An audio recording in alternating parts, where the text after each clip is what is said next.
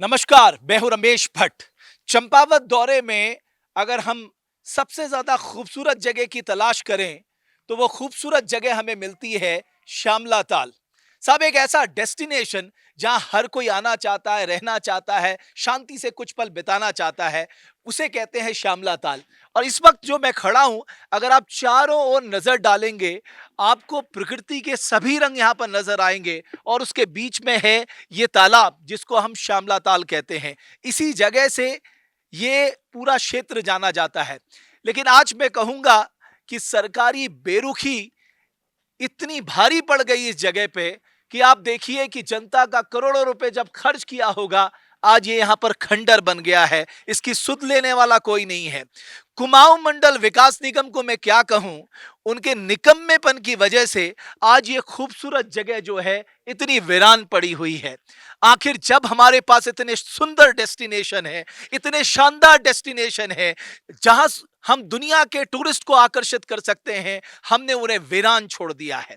अब सवाल यह है, क्योंकि अब ये उपचुनाव में मुख्यमंत्री पुष्कर सिंह धामी खुद यहां से चुनाव लड़ रहे हैं, तो एक सबसे बड़ा सवाल जो चंपावत के दिल में है, श्यामला ताल के दिन बदलेंगे या श्यामला ताल के दिन बहुरेंगे? ये सबसे दिलचस्प सवाल है। मेरे साथ यहाँ के प्रधान जी हैं और हमारे जैन साहब हैं, जिन्होंने यहाँ के आकर्षण के बारे में मुझे बताया।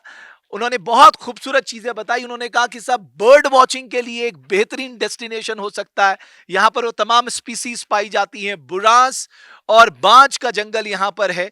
जैन साहब, मैं सबसे पहले आपसे जानना चाहूंगा कि साहब, इतनी खूबसूरत जगह, अब ये तो हमारा फेलियर है साहब। हम इतनी अच्छी जगह को जो प्रकृति ने हमें वरदान दिया, उसको हम अपने रोजगार के लिए, अपनी लोकल इकोनॉमी को जनरेट करने के लिए नहीं कर पाए, ये हमारा फेलियर है। पहले आपका मैं बहुत बहुत शुक्रिया हाँ, अदा करना मैं तो करता हूं चाहूँगा सर। हाँ, कि कम से कम आप जैसे यंगस्टर्स ने ध्यान इस तरफ दिया है कि ये जो वीरान पड़ी हुई है जगह, इतनी बेहद खूबसूरत जगह जिसका डिस्क्रिप्शन आपने दिया है, उस पे आपका ध्यान गया। बहुत बहुत शुक्रिया जनाब इसके लिए। मैं तमाम अपने क्षेत्र के पहाड़ों के लोगों की तरफ से आपका शुक्रिया अदा करता हूँ। मैं गालिबन यहाँ 35 साल से तो रहता ही हूँ, लेकिन उससे पहले भी आता था। हाँ। इस जगह की खूबसूरती बेमिसाल है और काफ़ी जगह घूमने के बाद मुझे लगा ये जगह प्रकृति के वरदान से कम नहीं है। हम्म, श्यामला ताल जिसको आप देख रहे हैं, शायद इसीलिए महाराज विरजानंद महाराज जी ने, जो विवेकानंद जी के डायरेक्ट डिसिपल थे, हम्म। उन्होंने इस जगह को तपस्या स्थली बनाया और इस श्याम ताल को श्यामला ताल उन्हीं ने नाम दिया है। अच्छा। तो भाई मेरी गुजारिश तो यह है, किसी भी तरह से इस मसले का सिर्फ हंगामा खड़ा करना मेरा मकसद नहीं। मेरी कोशिश है कि ये सूरत बदलनी अब ये चाहिए। सूरत कैसे बदलेगी, जैन साहब इस पे बात करेंगे। हमारे प्रधान जी हैं जो यहाँ के प्रधान हैं। प्रधान साहब, आप मुझे बताइए, ये तो आपके युवाओं के लिए एक बड़ा रोजगार का जरिया हो सकता था साहब। जी सर, मैं आपके माध्यम से सर्वप्रथम आपको भी धन्यवाद दूंगा भट्ट जी, आप यहाँ पर आए। ये हमारा श्यामला ताल जो क्षेत्र है, मैं विगत, ये मेरी तीसरी पंचवर्षीय है, मगर मुझे शर्मिंदा होती है कि मैं श्यामला ताल का हूँ कहने के लिए, क्योंकि मेरी प्रधानों की इतनी स्ट्रेंथ नहीं है कि हम इसको डेवलप कर पाएँ। जो सरकारी संस्थाओं द्वारा इसका निर्माण कार्य किया गया है, तो वो आप स्वयं देख रहे हैं। बाहर से जितने पर्यटन आते हैं, हमें शर्मिंदा होना पड़ता है यहाँ पर कि उनको बैठने के लिए भी यहाँ पर एक चेयर भी नहीं है। यहाँ से लोकल के हमारे जो बेरोजगार युवा हैं उनके द्वारा यहाँ साफ सफाई कराई गई थी। कोरोना काल में। कोरोना काल में पूरे झील के चारों तरफ सफाई करी। उसके बाद उनने अपने झुग्गियाँ वगैरह बना करके अच्छा यहाँ पर कार्यक्रम रखा था। छोटी छोटी हट्स दुकानें ये करी थी, तो यहाँ पर बहुत ज़्यादा क्राउड होता था, बाहर से भी लोग आते हैं, उनको सुविधा भी मिलती थी। आज ये स्थिति है, यहाँ को पीने का पानी यहाँ पर नहीं मिल पा रहा है। ये बड़ा दुखद है। पूरा जो हमारा पर्यटन स्थल श्यामला ताल क्षेत्र है, गांव में पानी का हाहाकार मचे रहता है। दूसरी तरफ यहाँ पर बिशौरिया नाला भूकटाव है।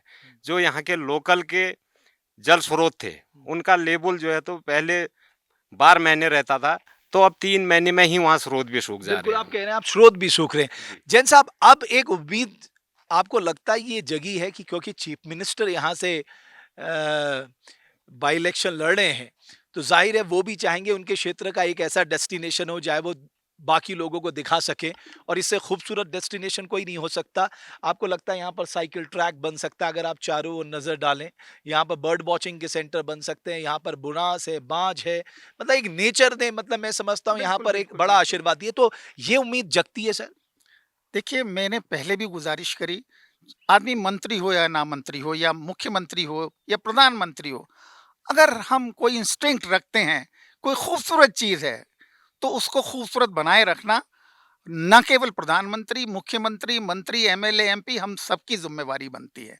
और जहाँ तक मुझे ये बिल्कुल पक्की उम्मीद है, विश्वास है कि he is a dynamic person, जो हमारे नए मुख्यमंत्री आ रहे हैं, is a young people and certainly he will take care of it.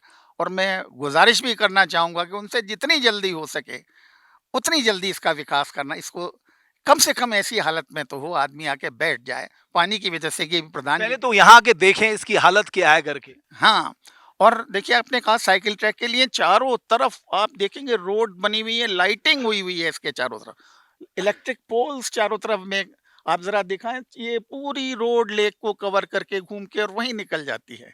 Government ने बहुत किया है, गवर्नमेंट से कोई शिकवा-शिकायत हम नहीं रख सकते। शिकवा-शिकायत हमको अपने आप और अपने ही लोगों से है। भई आप उन्होंने बना दिया, फंड्स रिलीज़ कर दिए, आपका नक्शा पास कर दिया, लेकिन अगर आप चलाने के नाम पे ना कर पाएँ, जो आदमी रोज़ी-रोटी की तलाश में यंगस्टर्स घूमते हैं, उनको ये लगता है कि भई हमारा, और वो मेहनत और मशक्कत से करेंगे क्योंकि वो खाली हैं, बेरोज़गार हैं, उनसे आप रिश्वत माँग लें। और 11 साल, 12 साल से ये खंडहर कर दिया है इसको। भाई किसकी ज़िम्मेवारी है? कौन ज़िम्मेवार है? जिसको ज़िम्मेवार हूँ मैं हूँ, आप हूँ, जो हूँ, पकड़िए। उनके खिलाफ कोई ना कोई एक्शन। चलिए, मैं जैन साहब आपकी नाराजगी समझ सकता हूँ। ये खूबसूरत जगह जिस तरह से वीरान पड़ी है, हर किसी को इसे देखकर गुस्सा आएगा, और मैं समझता हूँ आने वाले दिन में अगर जब हम चंपावत में टूरिस्ट लाना चाहते हैं, ऑल वेदर रोड बन रही है, जाहिर है यहाँ पर रेल इंफ्रास्ट्रक्चर है, रोड इंफ्रास्ट्रक्चर है, अगर ये जगह खूबसूरत बन जाती है तो साहब ना सिर्फ एक डेस्टिनेशन बनेगा, बल्कि local economy, local employment, local ecology और लोकल जो चीजें हैं उनको आप बढ़ोतरी दे सकते हैं, बढ़ा सकते हैं। तो दिलचस्प देखना यह होगा, जैसा कि मैंने पहले कहा, चंपावत के दिल में है, लोगों के दिल में है कि श्यामला ताल के दिन बदले, और मुझे पूरा विश्वास है आने वाले समय में देवभूमि उत्तराखंड का एक शानदार डेस्टिनेशन श्यामला ताल बनेगा, और देश दुनिया से पर्यटक यहां पर आकर ना सिर्फ बर्ड वॉचिंग का लुत्फ उठाएंगे, बल्कि प्रकृति का आनंद भी हमारी देवभूमि उत्तराखंड के इस प्रकृति के जो वरदान दिया है प्रकृति ने जिस जगह को, यहां पर आके उठाएंगे। बहुत बहुत धन्यवाद आप सभी का हमारी इस खास स्टोरी को देखने के लिए।